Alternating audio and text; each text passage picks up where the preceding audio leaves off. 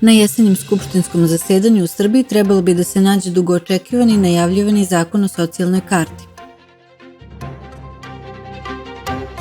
U poslednje vreme se primećuje povećana vojna aktivnost SAD i NATO na 20 do 30 km od državnih granica Rusije.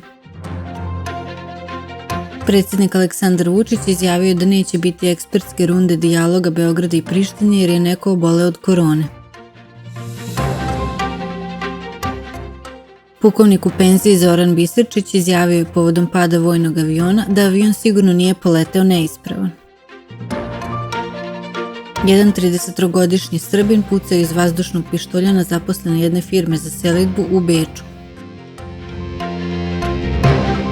Direktor JP Komunalni vodovod Žabljak Radovan Bošković napao je fizički Rista Šamšala zaposlenog u tom preduzeću. Srušio se ukrajinski avion u regionu Harkov gdje je najmanje 22 ljudi poginulo, a 2 u teškom stanju.